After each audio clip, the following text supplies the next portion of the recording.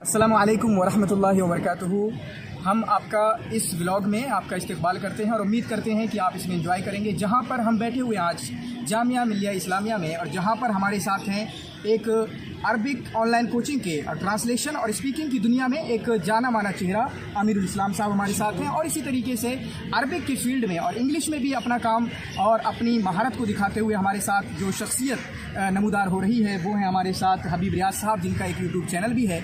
इनसे आज यहाँ पर जामिया मिलिया इस्लामिया के बैकग्राउंड में और यहाँ के कैंपस में इनसे गुफ्तगू करने की कोशिश करेंगे और जानने की कोशिश करेंगे कि किस तरीके का माहौल प्रोवाइड करता है एक तालीमी हिसाब से जामिया मिलिया इस्लामिया, यहाँ पर इसके माहौल को अडेप्ट करते हुए किस तरीके से यहाँ सीख पाए हैं। और इस तरह की कुछ चीज़ें आज हम इनसे जानने की कोशिश करेंगे ताकि जो बच्चे एस्पायर करते हैं कि वो जामिया मिलिया इस्लामिया को ज्वाइन करें, किसी भी तरीके के कोर्स को ज्वाइन करने के लिए, ताकि ये बातें उनके लिए एज आ मोटिवेशन हो सके और इसके एनवायरनमेंट को जान सके। तो सबसे पहले मैं दोनों से ही सवाल करना चाहूँगा कि आप लगातार पिछले 4 साल से जामिया मिलिया इस्लामिया का एज ए स्टूडेंट पार्ट बने हुए हैं, आपने इसको किस तरीके से पाया है, इसकी क्या खूबियाँ आप पाते हैं जो कि इस जामिया मिलिया इस्लामिया इस इंस्टीट्यूशन को दूसरी यूनिवर्सिटी से अलग करती है और दूसरी यूनिवर्सिटी से नुमाया करती है। तो सबसे पहले दोनों से ही क्वेश्चन है, लेकिन सबसे पहले चाहूँगा कि हबीब रियाज साहब इसको शुरुआत करेंगे।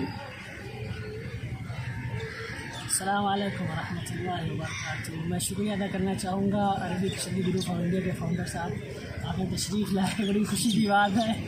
और बहुत दिनों बाद मुलाकात हो रही सर से, और लगभग 1 साल पहले मुलाकात हुई थी, हमारे क्लासमेट भी माशाल्लाह, और हमारे साथ कतर भी गए थे डिबेट में।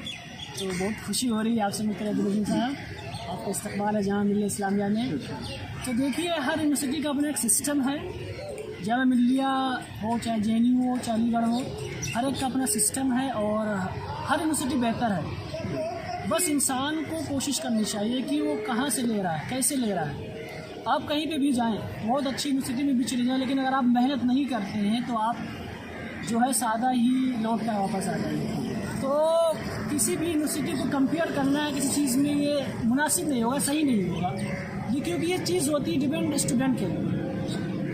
मिसाल के तौर पर अगर मैं सऊदी अरब चले जाऊँ, वहाँ पढ़ाई करूँ, जो कि एक अरब कंट्री है जहाँ पर अरबी बोली जाती है, सब कुछ अरबी में होता है, लेकिन मैं वहाँ जाकर के ना सीखूँ तो फिर कोई फ़ायदा नहीं। लेकिन अगर मैं इंडिया में रहकर ही, आज के इस दौर में ऑनलाइन है सारी चीज़ें, तो अगर मैं यहीं पे मेहनत कर लूँ और मेरी किस्मत में वहाँ जाना नहीं हुआ तो मैं इससे अच्छा कर सकता हूँ। तो जामिया मिलिया का जो माहौल है, गालिबन यही सारी यूनिवर्सिटियों का माहौल है कि यहाँ पर प्रोफेसर लोग आते हैं, वो आपको पढ़ा के चले जाएंगे, बस आपको 20% देंगे, आपको मेहनत करनी है। और ये हर उस्ताद के साथ खास है, ठीक है। अगर आप मिसाल के तौर पर अरबी बोलना चाह रहे हैं तो प्रोफेसर आपको अरबी नहीं बुलवा सकता है, आपको बता देगा इस तरह किताब पढ़िए। तो आप जब तक उसको फॉलो नहीं करेंगे तो फिर आप अरबी स्पीकिंग नहीं कर सकते। मिसाल के तौर पर हमारे साथ जुड़े हैं हबीब इस्लाम साहब, जो कि ऑनलाइन अरबी कोर्स के फाउंडर हैं। इनकी भी कोशिश है कि लोगों को जोड़ा जाए, क्योंकि मदरसे में जो बच्चे पढ़े रहते हैं वो सारी चीज़ें अरबी में पढ़ते हैं, सारी चीज़ें उनकी अरबी में होती है, हदीस से लेकर के सारी चीज़ें, बड़ी अदब की किताबें पढ़ लेते हैं, लेकिन फिर भी अरबी नहीं बोल पाते। इसकी वजह ये होती है कि वो बोलते नहीं। तो हमारे ना हो सर बहुत अच्छे से आती है, यहाँ तक कि अगर आप अरब में जाएंगे तो वो लोग चौंक जाते हैं कि इसको इतने ज़्यादा ना आती है, सरफ आती है, लेकिन जब बोलने की भी आती है तो अफसोस करते हैं कि आपको सिर्फ इतने ही आता है। तो असल चीज़ है कि आप कितनी मेहनत कर रहे हैं। अगर आप अरबी बोलना चाह रहे हैं, अरबी के माहिर होना चाह रहे हैं, तो सारी चीज़ें आपको अरबी में करनी होंगी, आपको अरबी किताबें पढ़नी होंगी, आपको अरबी वीडियोज़ देखने होंगे। तो इस तौर पर आप एक अच्छे अरबीदा हो सकते हैं। आप चाहे JNU पढ़ें, चाहे आप अलीगढ़ में पढ़ें, चाहे ख्वाजा मेहरुद्दीन चिश्ती में पढ़ें, कहीं भी पढ़ें, ये सब आपकी मेहनत पर डिपेंड है, आप कितनी मेहनत कर रहे हैं। बिल्कुल, बहुत बहुत शुक्रिया इस क्वेश्चन का आंसर करने के लिए। बहुत ही बेहतरीन नसीहतों से हमारे हबीब रियाज साहब ने, जो कि अरबिक और इंग्लिश पर काफ़ी महारत रखते हैं, इन्होंने ये जवाब दिया है। और जो क्वेश्चन मैंने पूछा था उसी क्वेश्चन में आपकी क्या राय है, या इसी तरीके से कुछ एड ऑन अगर आप करना चाहेंगे तो मैं अमीरुल इस्लाम साहब से पूछना चाहूँगा कि आपकी क्या राय है, आप क्या सोचते हैं इस ताल्लुक से। जी, सबसे पहले मैं शुक्रिया अदा करना चाहूँगा हमारे भाई मुझे ये बताते हुए खुशी हो रही है कि मैं इनके साथ कभी पढ़ा करता था, और अभी मैं फ़ख्र से बोल सकता हूँ कि मैं इनके साथ आज बैठा हूँ और बहुत दिनों के बाद मुलाकात हो रही है अल्हम्दुलिल्लाह। और इस साथ में जैसे कि आपने सुना, लिंगो सर्वर के फाउंडर हबीब रहमान साहब, ये SGI के, आप तो इनको जानते ही हैं, मशहूर शख्सियत, बताने की ज़रूरत नहीं है, बस हमें बताते खुशी हो रही है कि हम इनके साथ। बाकी मैंने जामिया में आके जो सीखा देखा उसी बेस पे मैं कुछ बोलने की कोशिश कर रहा हूँ कि मैं एक ऐसे सरजमी से आया हूँ जहाँ पे उर्दू नहीं है, लेकिन मैं आपके सामने टूटे फूटे अल्फाज में उर्दू बोल रहा हूँ। तो उर्दू सीखने की जो जर्नी है कि किस तरह से एक नई लैंग्वेज सीखी जाए और उसमें बात की जाए, उस मेथड को मैं अपने तौर पे कोशिश करता हूँ कि अरबी में भी आए। तो इस स्पोकन अरबिक सेंटर में हम कोशिश करते हैं और काफ़ी सारे चीज़ उसमें ऐड करने की कोशिश करते हैं। बाकी जैसे अब्दुल अज़ीम भाई का सवाल है कि किस तरह से लोग आएँ, कैसा क्या माहौल है जामिया में, तो इख्तिसार के साथ ये है कि जामिया में जो भी स्टूडेंट जहाँ से भी आए, ख़ास करके अगर आप मदरसे के हैं तो आपको डरने की ज़रूरत नहीं है। आप किसी भी फील्ड में आ सकते हैं, बस ये है कि आपके अंदर जोश, वलवला और उमंग होनी चाहिए कि आप उसमें लग जाएं। ज़रूरी नहीं कि आप अरबी में, उर्दू में, इस्लामिक में दाखिला लें, एडमिशन लें, इंग्लिश में भी ले सकते हैं, सोशल साइंस, पॉलिटिकल साइंस, इसके अलावा जो जिस फील्ड में भी आपको दिलचस्पी है, बस ये है कि आपको मेहनत करनी है, आप उसमें आगे बढ़ सकते हैं। हमारे सामने कई मिसालें हैं कि मदरसे के तलबा इन सारे फील्ड में जाके पढ़ के वो जगह, मतलब उन जगहों पे वो फायज़ हैं जो स्कूल वाले पहुंचते हैं, मदरसा वाले को भी वो खसूसियात हासिल है। बाकी बस मैं इसी बात के साथ बात ख़त्म करता हूँ। शुक्रिया अज़ीम भाई। जनाब अमीरुल इस्लाम साहब का भी बहुत बहुत शुक्रिया। इसी तरीके से हमारे साथ काफ़ी बातें शेयर की हैं।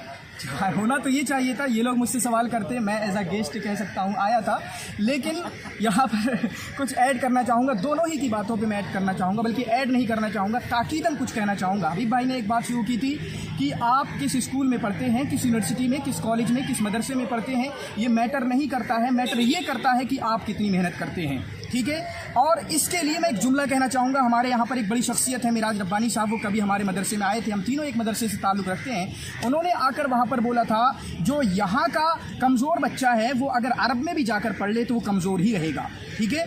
जो यहाँ का कमज़ोर बच्चा है वो अरब में भी चला जाए वो कमज़ोर ही रहेगा। इसलिए आप कहाँ पढ़ रहे हैं, आप छोटी सी छोटी यूनिवर्सिटी में पढ़ रहे हैं, उससे मैटर नहीं करता है। मैटर ये करता है कि आप अपने बंद कमरे में कितनी मेहनत कर रहे हैं, आप बंद कमरे में किस वक्त उठ रहे हैं, किस वक्त क्या कर रहे हैं, आपका शेड्यूल, आपकी टाइमिंग, आपकी मेहनत, ये तमाम की तमाम चीज़ें मैटर करती हैं। और इसी तरीके से यहाँ पर अमीरुल इस्लाम साहब ने एक बात की थी, स्कोप। हमारे बंदे क्या बात करते हैं कि फ़लाँ में क्या स्कोप है, कौन सी लैंग्वेज में ले लूँ, अरबिक ले लूँ, इंग्लिश ले लूँ, मैं साइकोलॉजी ले लूँ, मैं पॉलिटिकल साइंस ले लूँ। भाई साहब कोई मैटर नहीं करता है। आप जिसमें भी आपका इंटरेस्ट हो, जिसमें भी पढ़ने में मज़ा आता है, आपको शौक़ आता है, ठीक है, वो पढ़िए। और उसके बाद स्कोप के बारे में अगर सुनना है तो स्कोप किसी चीज़ में नहीं होता है, स्कोप किसी सब्जेक्ट में नहीं होता है, स्कोप किसी लैंग्वेज में नहीं होता है, स्कोप होता है इंसान के अंदर। और ये जुमला अगर आप चाहें तो कासिम अली शाह, जो कि एक बड़े मोटिवेशनल स्पीकर हैं, वो बोलते हैं कि बंदे के अंदर स्कोप होता है, किसी सब्जेक्ट, लैंग्वेज, किसी फील्ड और इसी तरीके से किसी भी बैकग्राउंड के अंदर स्कोप नहीं होता है। तो दो चीज़ों को याद करें, आप अपने आप पर फोकस करें, टीचरों को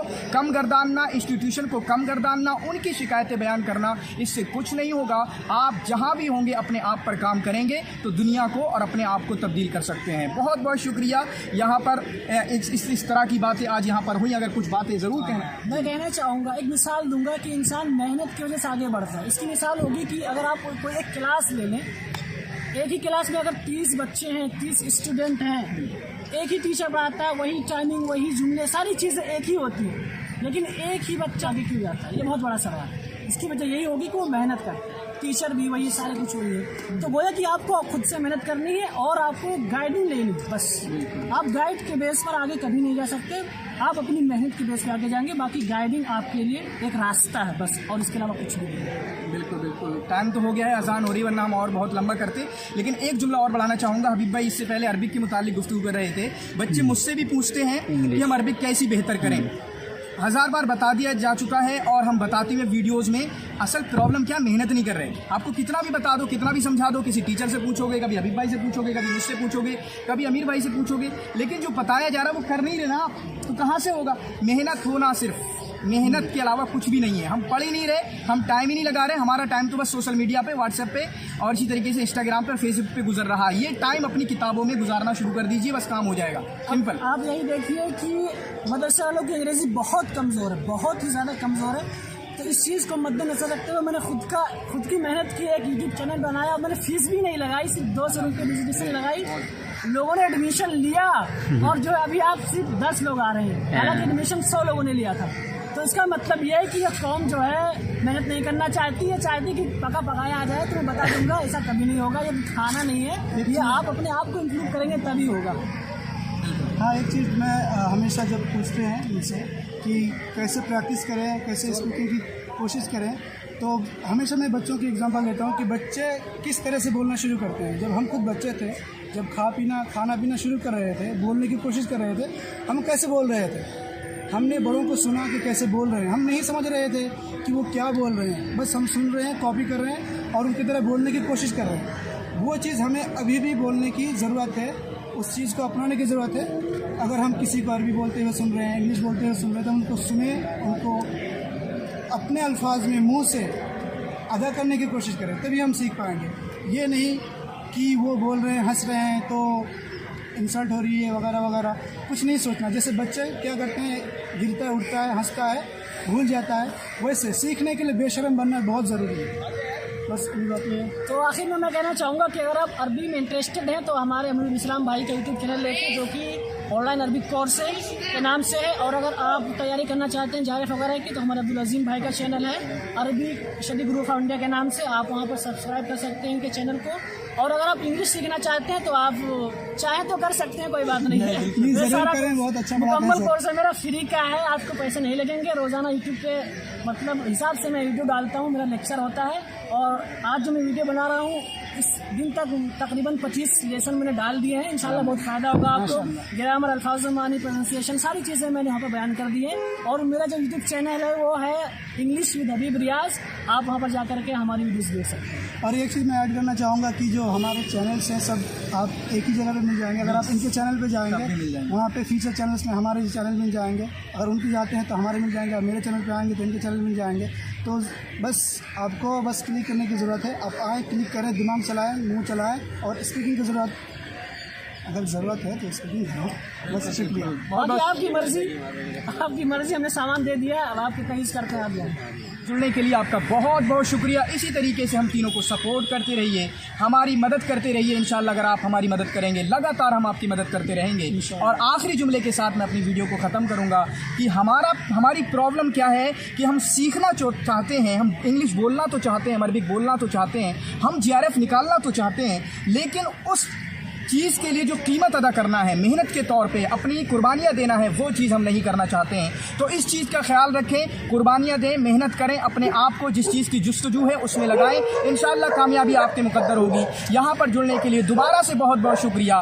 लगातार हमारे साथ बने रहें। इसी तरीक़ा के और मज़ीद ब्लॉग हम आपके साथ शेयर करते रहेंगे, ताकि हम आपके साथ इस तरीके की बातें साझा कर सकें और हमारे जो जूनियर बच्चे हैं उनके हम किसी काम आ सकें और उनको पढ़ाई के लिए मोटिवेट कर सकें। बहुत बहुत शुक्रिया।